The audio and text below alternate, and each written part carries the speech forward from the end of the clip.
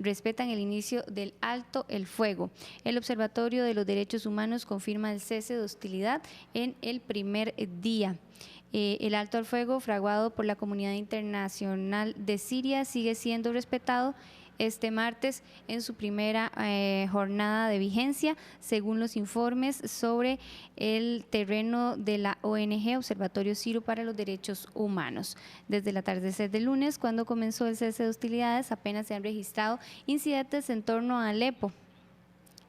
Así es, y justamente para hablar de este cese al fuego que se está dando en Siria, un acuerdo al que se llegó la semana pasada, tenemos a nuestro analista Antonio Barrios, quien nos comentará y nos hará un análisis, Jennifer, sobre lo que significa este cese al fuego. Don Antonio, buenos días, de nuevo acá en RTN Revista. Y bueno, ¿qué significa, don Antonio, este cese al fuego? Es el segundo que se hace, el primero fracaso, podríamos decirlo. ¿Este será el definitivo? Buenos días. Buenos días y gracias por la invitación. Sí, sin duda este cese al fuego, a pesar de que se considera que el anterior fracasó, recoge de alguna forma todo lo que en Ginebra se había negociado casi prácticamente 2 años atrás, y la idea era rescatar precisamente el espíritu en la cual las dos potencias en este momento que han estado más involucradas en el conflicto directa o indirectamente, como es Estados Unidos y Rusia, logran un acuerdo no solamente entre ellas dos, en el entendido en que no van a hacer ningún tipo de intervención militar que tienda a derrocar al régimen o a alimentar militarmente a los diferentes grupos que están en contra del régimen de Assad, para lograr de alguna forma un cese al fuego proveniente desde el exterior, dejando, llamémoslo así, entre comillas, en abandono a los grupos armados que están luchando contra el régimen, y a la vez Rusia pidiéndole precisamente al régimen de Assad, que es uno de sus aliados más importantes, la posibilidad de que se pueda definitivamente negociar o sellar algún tipo de acuerdo, no solamente que cese al fuego, sino para una terminación de la guerra. Lo que pasa es que la situación en Siria está tan comprometida desde todo punto de vista, no solo por el aspecto geopolítico, sino porque las potencias tienen intereses militares y políticos muy bien definidos, que han hecho precisamente que el conflicto no solo en otros procesos anteriores haya fracasado, sino que de alguna manera se espera que este sea el definitivo. Ahora, en una situación de guerra como la de Siria, pretender decir que este sea el definitivo está muy lejos de poder ser considerado así. Es decir, se requiere un tiempo prudencial, que pueden ser incluso meses, para poner a prueba la voluntad de todos los grupos armados insurgentes, al igual que del régimen de Assad, para realmente poner fin a la guerra. Don Antonio, la pregunta acá es ¿quién va a ceder? Porque por un lado la Federación Rusa apoya el mantenimiento del régimen de Bashar al-Assad, eso es una posición que se ha mantenido durante todos estos años, y los Estados Unidos siempre ha dicho es necesario un cambio de régimen en Siria. Son dos posiciones muy contrapuestas, muy lejanas unas de otras. ¿Quién va a ceder? Bueno, muy buena pregunta, porque definitivamente nadie quiere ceder en una guerra en donde no se vislumbra que alguien vaya a ganar. Es decir, o se convierte en una guerra eterna, en donde, por ejemplo, la escala promedio para la duración de un conflicto militar, de acuerdo a investigaciones académicas, donde se considera que un conflicto no debe exceder más de 10 años, y el régimen de Siria, la guerra en Siria ya lleva 5 años activa. Si este proceso de paz no prospera, no estaría lejos que se cumpla definitivamente, que este conflicto pueda continuar. Definitivamente son dos posiciones contrapuestas, pero definitivamente también podríamos pensar que si Rusia y Estados Unidos se pusieron de acuerdo para un cese el fuego, eso implica de que los actores por los cuales tanto depende, en este caso Assad, de Rusia, y los insurgentes de Estados Unidos, definitivamente van a tener que sentarse. Es muy difícil porque la situación tan compleja de la guerra, hace que no haya posibilidad de que ninguno de los bandos puede ganar. Es una guerra que está estancada, es una guerra en donde prácticamente casi todas las ciudades dentro de Siria están destruidas.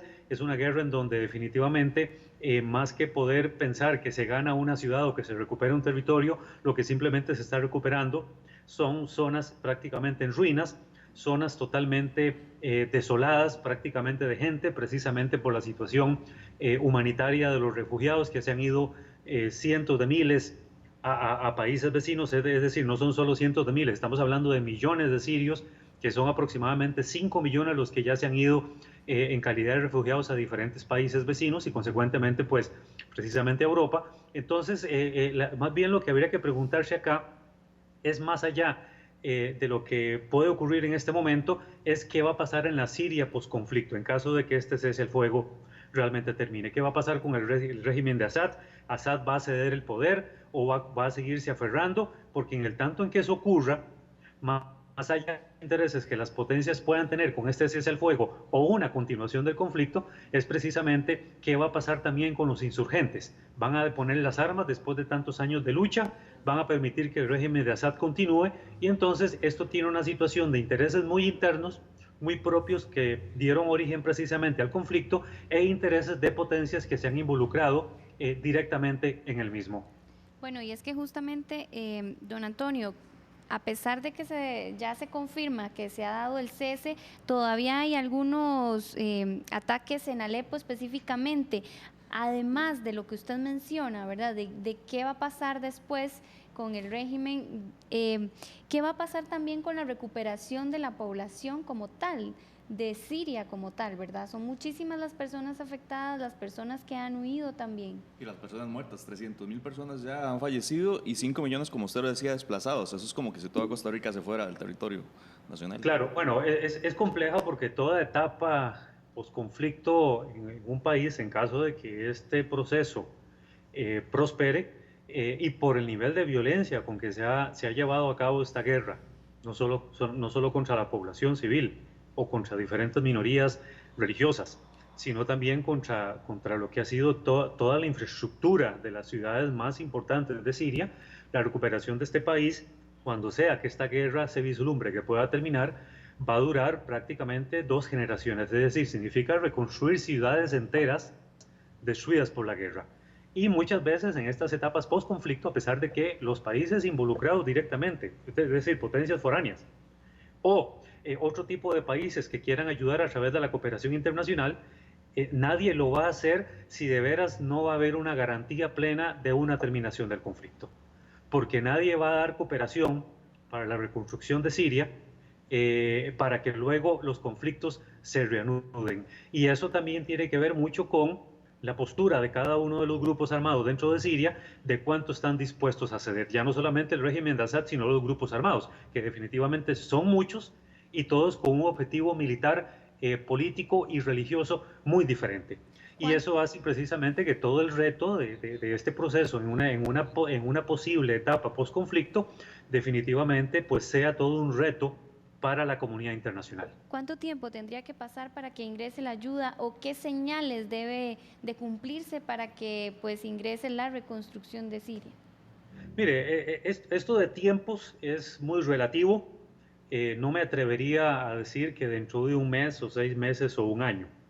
Es decir, repito, el conflicto en Siria ha sido tan complejo y tan violento desde todo punto de vista que es muy aventurado poder decir de que sí, en un mes la comunidad internacional puede estar vislumbrando que definitivamente hay voluntad, porque también cuando usted le pide a grupos insurgentes o a la gran cantidad de grupos armados en Siria que depongan las armas, habrán sectores o habrán grupos armados de línea dura que no están dispuestos a hacerlo, no solo porque se consideran traicionados con sus patrones que los ha financiado y los ha organizado y les ha dado ayuda militar, sino que incluso también porque no creen en el proceso y podrían seguir empecinados o podrían seguir con el objetivo de que su guerra es justa y que consecuentemente lo importante es que el régimen de Assad caiga. Entonces es muy aventurado, sería como muy atrevido que yo pudiera vaticinar un tiempo determinado. Pueden pasar incluso varios años a que el proceso de paz se ponga en práctica.